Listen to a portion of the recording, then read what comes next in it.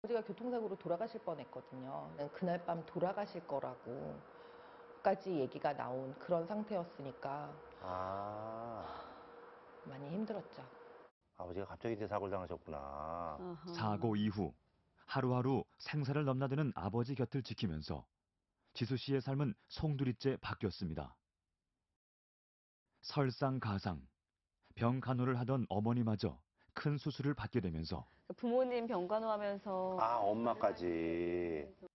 하루아침에 가장이 된 지수 씨. 아하. 세상의 모든 불행이 나에게만 닥쳐오는 것 같은 시간들이었습니다. 누구도 나에게 짐을 지우진 않았지만 스스로 내 마음은 내가 가장이 된 거죠. 갑자기 뭐 부모님들께서 이렇게 연달아 저렇게 되면은 답답한 마음에 찾아간 점집에서 우연히 받게 된 부적 한 장. 근데 이렇게 진짜 마음이 힘들 때에는 또 굉장히 큰 위로가 되잖아요. 부적을 받은 일주일 뒤 물놀이를 하다 젖은 부적을 무심결에 빼뒀다는데요.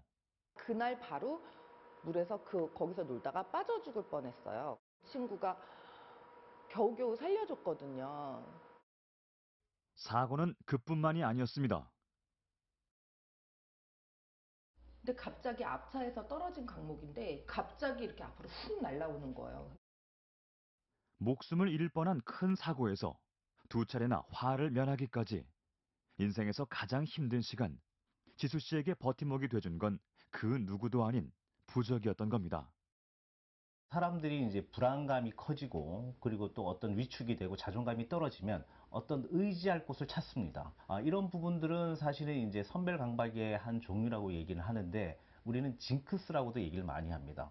불안한 마음을 지우기 위해 누구나 가질 수 있는 징크스. 하지만 지수 씨처럼 지나치게 의존하는 건 문제가 될 수도 있는 상황. 맹목적이다 보면 선택에 대한 선별에 대한 부분들이 안 되기 때문에 의지를 해야 되는 문제가 생기잖아요. 자, 그렇다 보니까 스스로가 뭔가 자존감을 만들고 우월해져야 되는데 그럴 수 있는 바탕이 하나도 없었습니다.